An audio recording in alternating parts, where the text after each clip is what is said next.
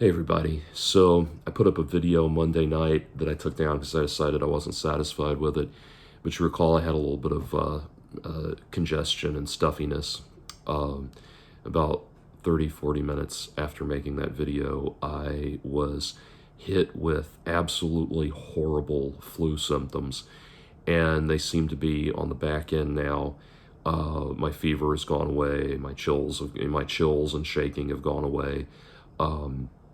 I'm left with a little bit of sinusy stuff. There's going to be a lot of nose blowing in this video. Weirdly, it always seems to happen when I think about it. Anyway, there's going to be a lot of nose blowing and that sort of thing, but I'm back to where I can talk, and I haven't really been able to talk for about 2 days. And the idea of me going 2 days without talking is as bizarre and surreal to me as it is to the rest of you. Anyway, I was just thinking today about my thoughts on the Rachel Ziegler-fronted Snow White adaptation that has already been getting roasted supremely on the internet. And I wanted to wait. I have a lot of thoughts on it. And I wanted to wait until the whole controversy came to some kind of crescendo, even the movie itself actually coming out, before I commented. But I think it's appropriate to comment now because there are apparently credible rumors that Disney is planning to either shelve the project altogether or just quietly release it on to Disney Plus. And try to save face. And this thing was, this thing was primed for this thing was primed to fail from the get-go. One, because people are tired of just generally tired of Disney remakes, tired of remakes in general. Remakes that come out with no justifiable reason for putting them out. As one person, or one meme I saw on the internet said, you shouldn't be remaking good movies, you should be remaking bad movies. And that's very true. Let's take the bad movies that had a good premise and do something with them, But anyway, so that's the first thing. Then, of course, people get tired of woke casting.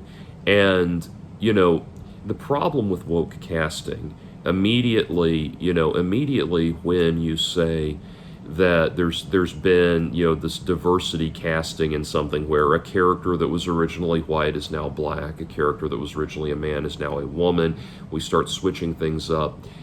And people start the immediate backlash or the immediate response to the backlash, negative backlash, I should say, is people saying, oh, well, you're just a male chauvinistic white supremacist that wants to hold on to your patriarchal racist domination of all of that stuff.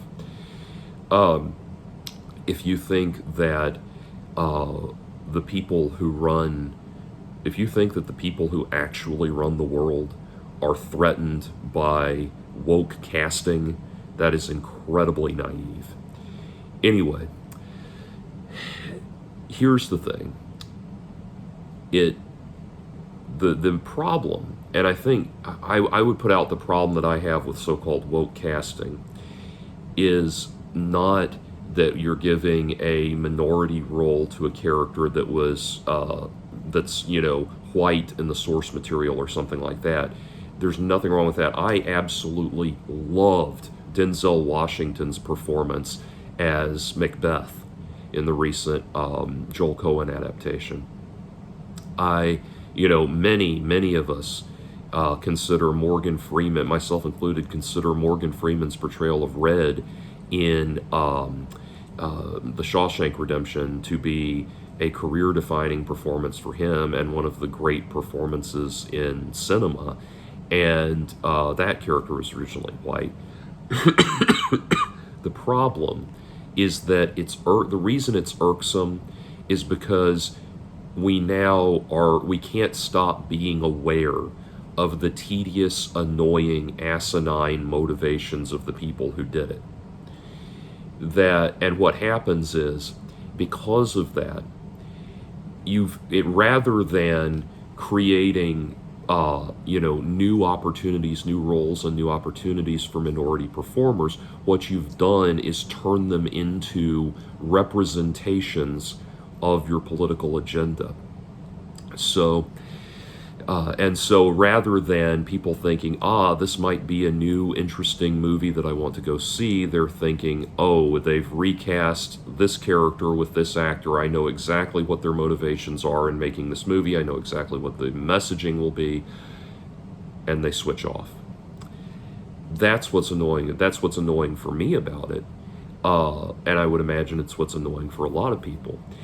For example, not everybody, we had this universally positive response to the movie Soul.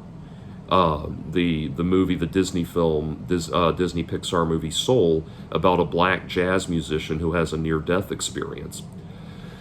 Universally praised by the critics, loved by audiences. I saw it and thought it was amazing. I love the music, both all of the jazz music, and then also the John Batiste jazz score, and then the Trent Reznor Atticus Ross ambient electronic score during the afterlife or transitional afterlife sequences and everything. Phenomenal. On a side note, I know that there's a thing in cinema, like animated films, where they set it up to have black characters, but they quickly change the black characters into something else so that it's not like they're really, like trying to disguise the fact that they're black or something like that. Princess and the Frog, which was still a beautifully made movie, is certainly very guilty of doing that. Some people have said that Soul is, and I disagree. One, because when he transitions, when he goes to the other side, and he becomes a little avatar. He still remains himself. He's still a little avatar representation of himself. He doesn't stop being. He doesn't become another entity altogether. Secondly, that's a transition that happens to everybody who crosses over in the movie, not just the black characters. And three, he really doesn't spend all that much time on the other side. Modest spoiler alert. But anyway, nobody was complaining about him being black. Nobody was complaining about wokeness or anything like that, because they made a sincere movie with a sincere message that warmly and beautifully spoke to the human experience. And that is what Disney's original brand was. That's what Disney was known for. I have Disney Plus, and they still put out these, wonderful, heartwarming little shorts and everything that speak to that beautiful, heartwarming feeling that we all loved about Disney movies. That's still there. So, of course, we were put off by that.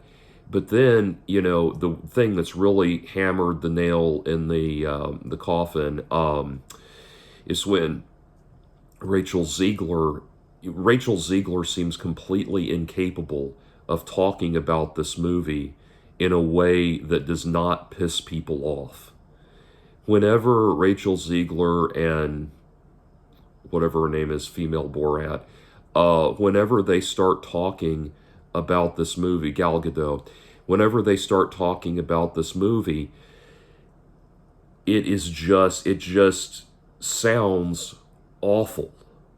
It just sounds tedious and loathsome. It sounds like a Sunday school lesson from a religion that is actively and deeply repulsive to every human being on this earth.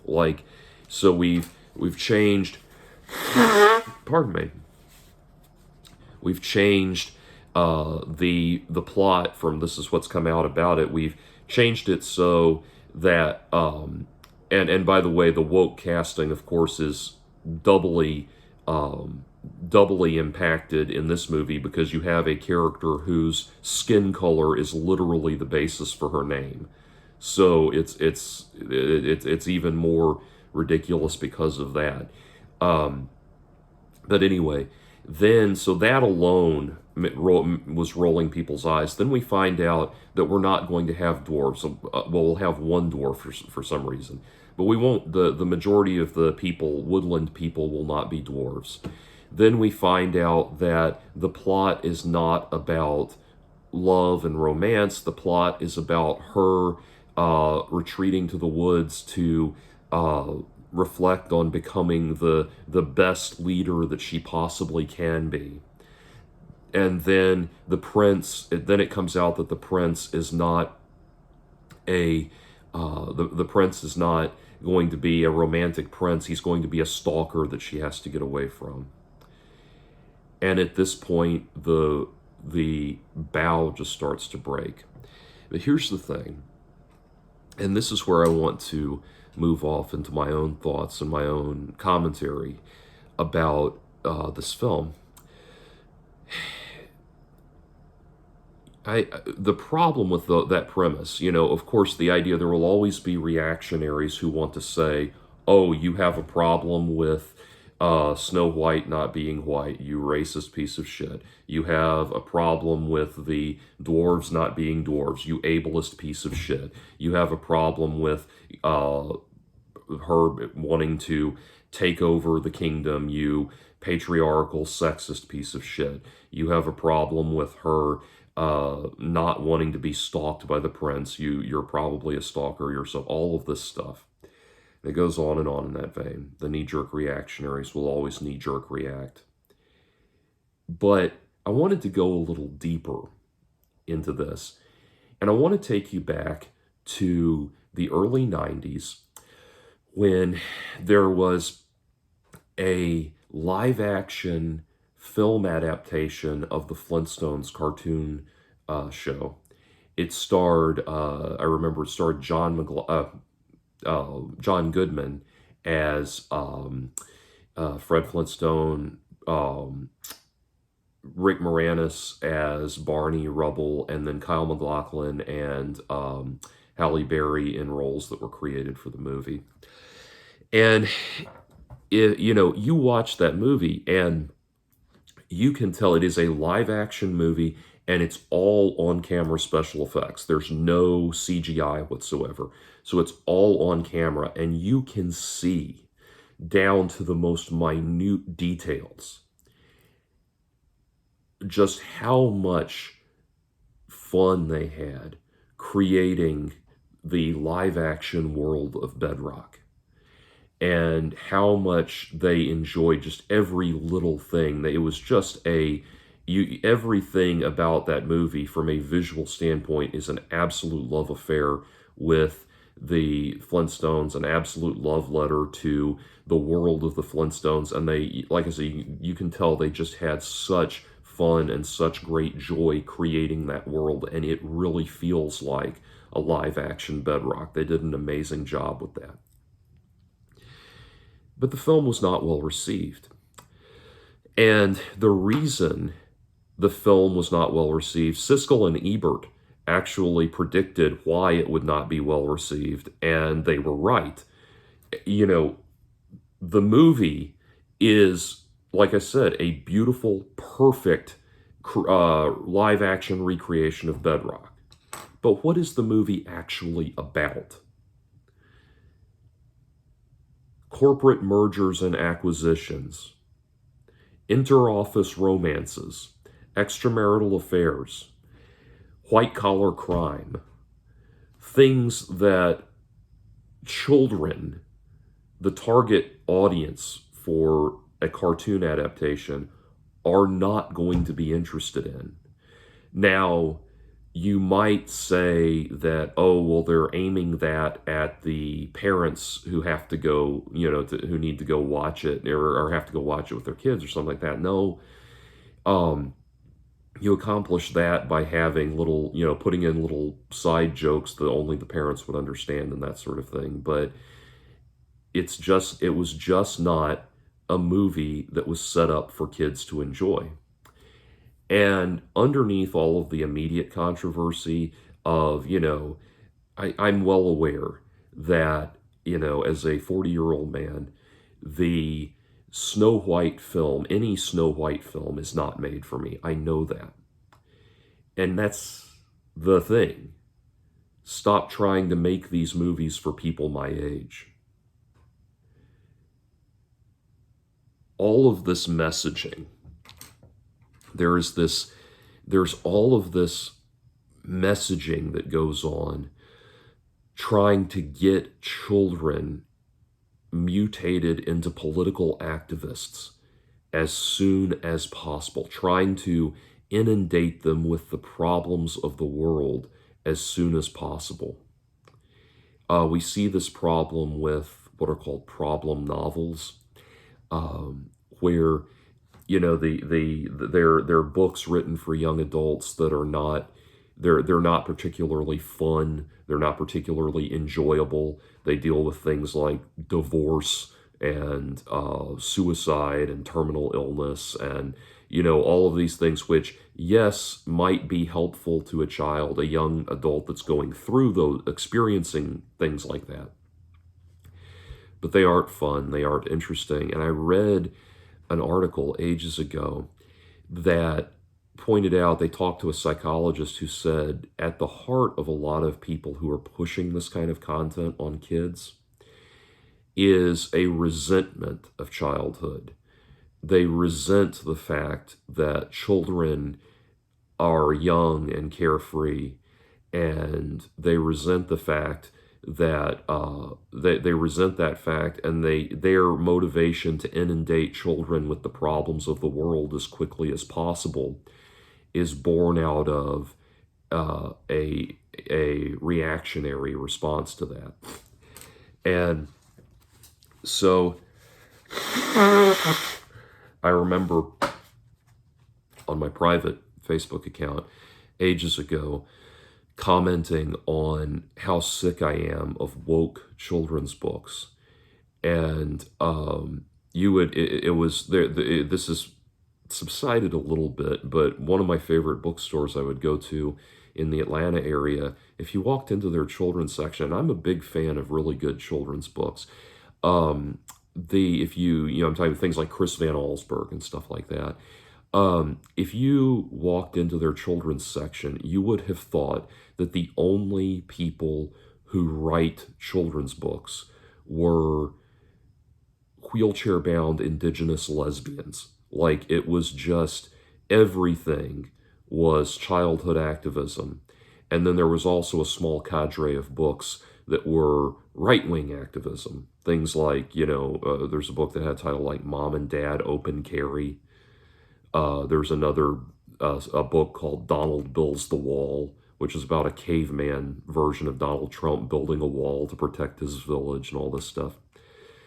And then in the woke department, you had things like the book Woke Baby by Mahogany Brown. Yes, Mahogany Brown.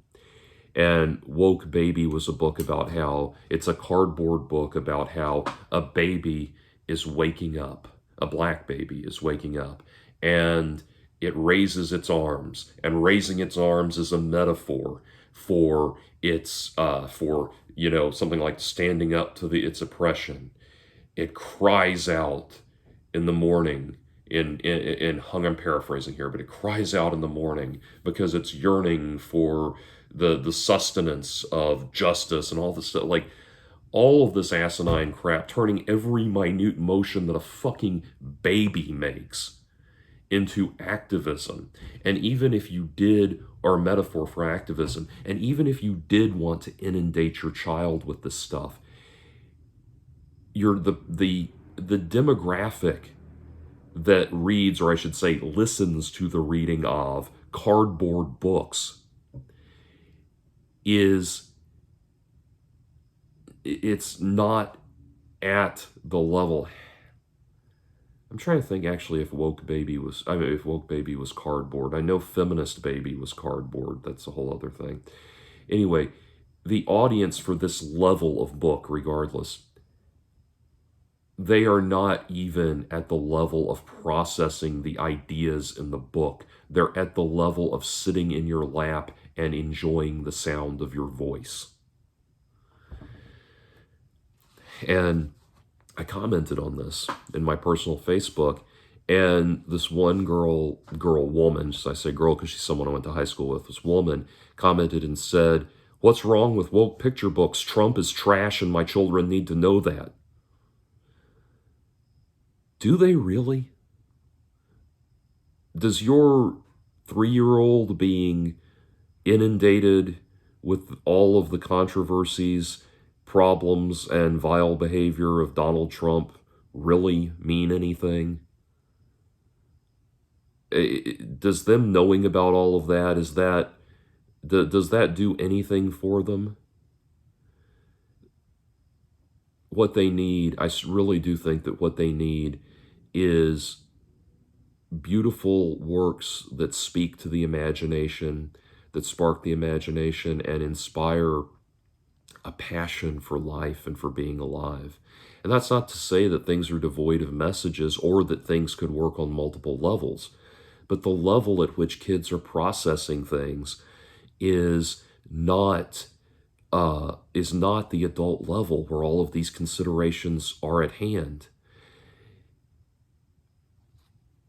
The idea that a little girl watching a movie about a handsome prince sweeping her off her feet is going to, down the line, convince her to take part in some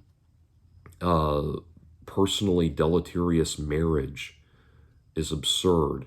This morbid fascination that we have with with the messaging, with making sure that kids have the right political ideology is absurd. When drag queen story hour and drag shows for kids and that sort of thing was going around, or was a major issue, a topic of public discussion, I should say.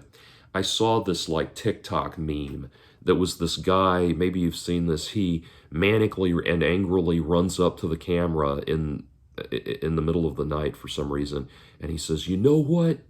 When my I don't know, nephew or something, younger male relative was born, he got the first thing he got was a shirt that said 'Lock up your daughters,' because from the day he was born, people started training him to be a predator. And when my such and such, younger female relative was born, she got a shirt that said 'I hate my thighs,' because she had to start being trained to think about her body from day." It's like, wait a minute. Wait a fucking minute. First of all, the implication of the statement, "Lock up your daughters," is not that they're in danger from the man in question. It's that they are going to potentially be so entranced by him and so attracted to him that they're going to run out and go after him. Secondly, that child cannot read, cannot process the implications of the phrase "lock up your daughter" and all that, will probably not ever even know that he wore that shirt. Just like the website T-Shirt Hell sells a T-shirt that says "Mommy drinks because I cry," and all kinds of, another one that says "All mommy wanted was a back rub," things like that. Do you think that that is meant to communicate to the child that they are hated and unwanted? Or are these just little jokes that parents using their infants as billboards for little jokes? Because I think that's probably it. I think the fact that the statement about hating your thighs is supposed to be funny. The real reason it's supposed to be funny is because a infant girl is not and cannot be concerned with things like that. My dad was a computer programmer. He has a picture of me as an infant wearing a shirt that says "Daddy's little hacker." Do you think he was encouraging me to become a computer hacker? Or was it just funny and that was it?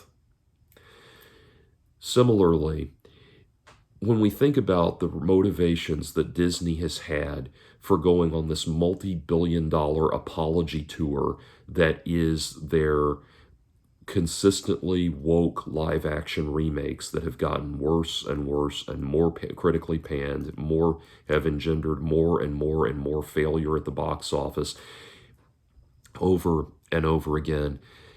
We have to stop and think, are all of these messages that we're reading into these Disney movies even coming across to children?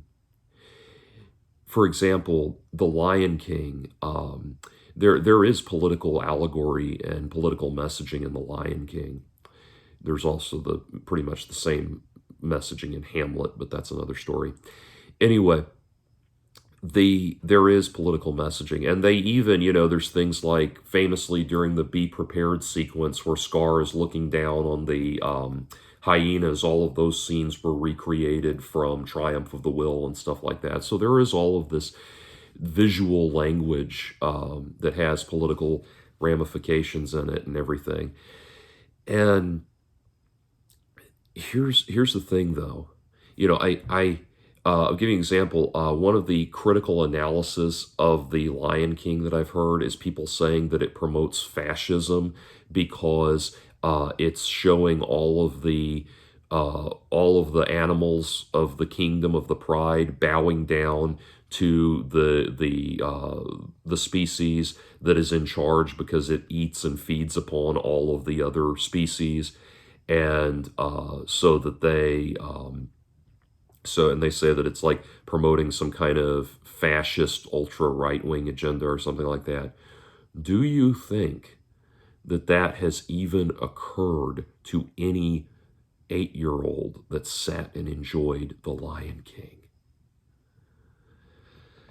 If it occurred at all, it was answered and put to rest in the famous comment from Mufasa about, the antelope dying and becoming the grass, and we eat the grass, and it's the circle, or we die and become the grass, and the antelope eat the grass, and it's the circle of life.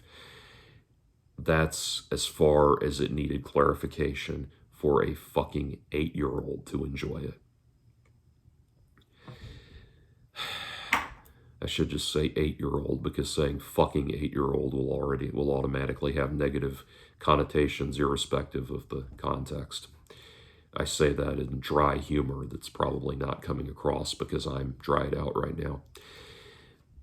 I want to expand upon this kind of modification of Snow White because it's funny. There's one of the best comic strips of all time is one of the best comic strips of all time is Bloom County, and I grew up fascinated with Bloom County and love Bloom County, and I have collected nearly all of the Bloom County collections and have them so readily on hand that I can just reach up and grab them.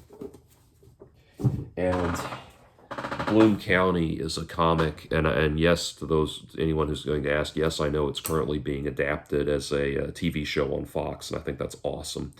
But Bloom County was a comic strip in the 80s and early 90s about a small town in the titular Bloom County, which is located somewhere in the United States. And the stories revolve largely around the residents of the Bloom County boarding house, which include such eccentric characters as Opus, the talking penguin, Steve Dallas, the alcoholic douchebag frat boy lawyer, Cutter John, the paraplegic Vietnam veteran, Bill the cat, the disgusting cat, and that sort of thing. Anyway, there's a scene in one of the early strips, or one of the early strips, I should say, has an old man at the boarding house reading, sitting down to read to some of the kids, and he starts to read Snow White. And immediately one of the black kids in the audience pipes up and says, "Oh, wait a minute, why is she white? There's other races, you know." And another one says, "Yes, and what's all this business about dwarves?" And they start complaining about all the different elements in the story, and the guy eventually gets mad and says, "Fine, this is the story of Pitch Black and the 7 Fat Honkies." And the kid's like, oh, perfect, wonderful. And it's so deeply ironic that that's practically the point, almost the point we're at with this asinine woke remake. It also shows that politically correct media critics have been poking at things for, since time immemorial. I mean, that's a strip from about, that strip came out about 40 years ago. And so, and there's a trope for that, by the way. It's called the derailed fairy tale. It's a common trope, or a trope where a parent or an older person will be trying to read a fairy tale or children's story to a kid, and the kid keeps requesting changes until the story becomes nonsense. That's, yes, it's a derailed fairy tale. There's an actual term for it. And yes, Calvin's dad coming up with frustrated endings to Hamster Huey is another example of that. But anyway, this is nothing new. And at the core of it's so funny because, like I said, Disney seems to be wanting to grievously apologize for things that they never should have been expected to apologize for. There's nothing wrong with making a movie about love. And there's nothing wrong with putting a movie about love into childlike terms that children can appreciate.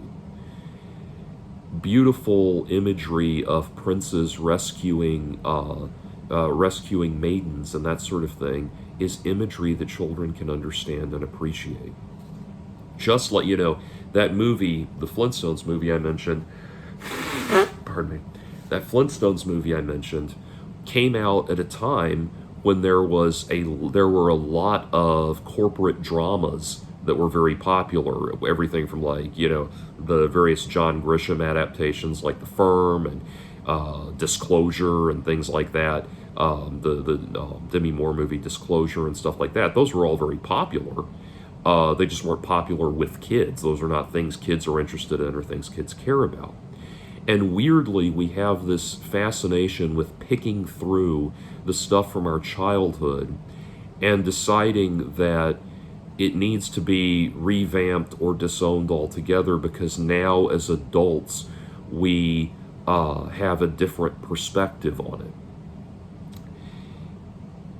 One of the best examples of that people keep coming back to is in Snow White, where the prince and this is true in Sleeping Beauty as well, obviously, the prince has to wake up Snow White with a kiss. And everyone says that's rapey. Everyone says that's promoting non-consensual sexual interaction. Wait a minute. Stop and think about the actual context of what happened there. The prince did not lasciviously seek out a physical congress with Snow White against her will. He did that because she was put under a spell that could only be broken by a kiss.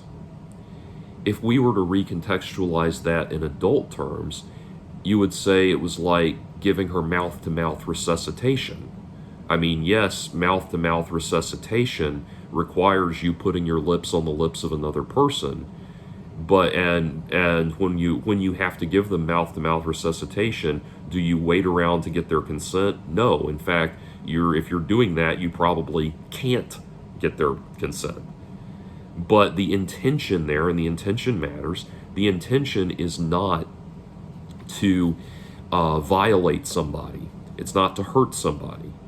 And that's one problem I really have with this modern dialogue around sexual assault and that sort of thing, is we act as if it's something that, we act as if sexual assailants just kind of slipped on a banana peel or something and landed, slipped on a banana peel and landed penetrating a woman or something. No, rapists and sexual assailants, people that are out to hurt people, know that they're hurting their victims. So was the prince acting with the intention? And don't get me wrong, I understand in sexual encounters, there will be situations where people misread or misunderstand something, or they overstep a boundary and mess up. People screw up and make mistakes, and in those cases, certainly apologies are in order and that sort of thing. But talking about actual rape and the psychology of actual rapists and sexual assailants, they do it to hurt their victims. And so, is the prince's intention to hurt, to cause harm? No.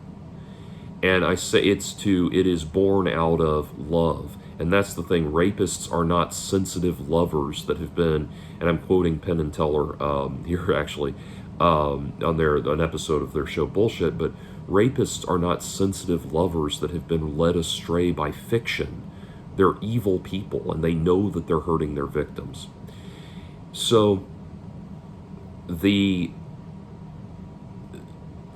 very idea that we are so morbidly obsessed with not just sanitizing children's media, but really fouling it, blaspheming it with all of this garbage about adult concerns and problems to such a degree that we now we cannot even show romance in we cannot show romance in one of the most archetypal love romance stories of all time. We have to recreate this character as a stalker and that sort of thing.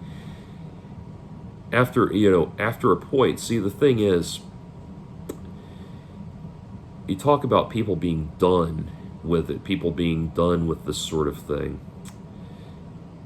This is probably going to be the most controversial thing I say in this video, but it's especially galling when you have the double whammy of it's not okay to show, it's verboten to show heterosexual people falling in love, simply because there's this now controversial moment where he wakes her up with a kiss.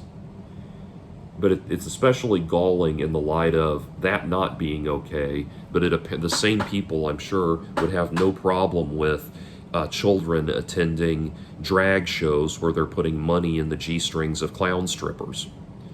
And if you are going to try to defend that behavior, no, I'm not making it up. The fact that that actually does occur has been documented many, many times. Anyway, it is just especially galling because it's like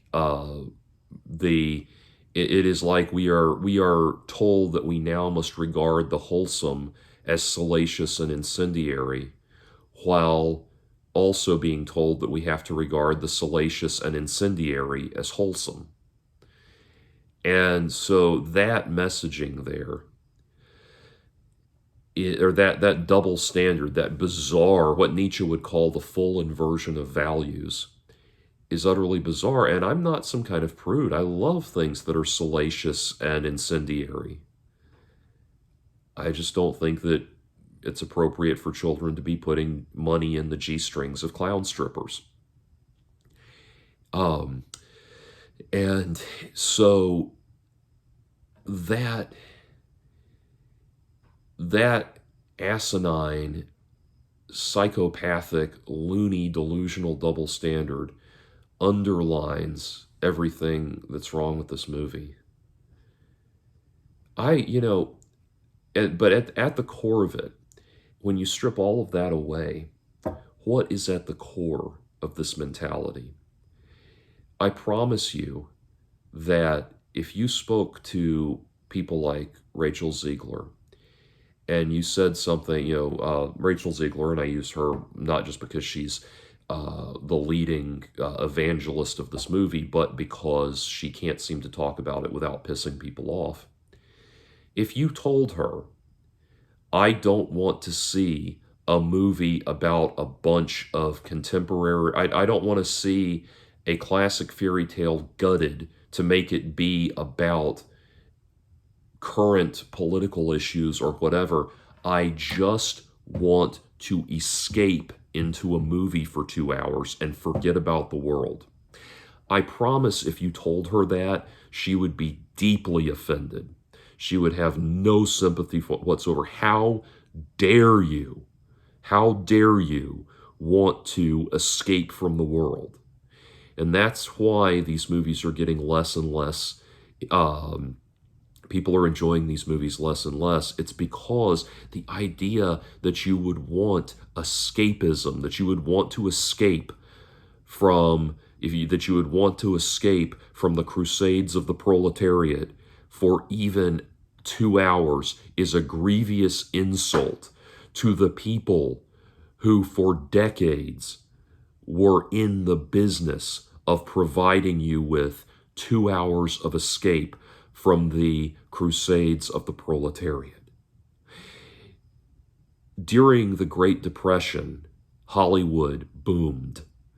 During World War II, Hollywood boomed.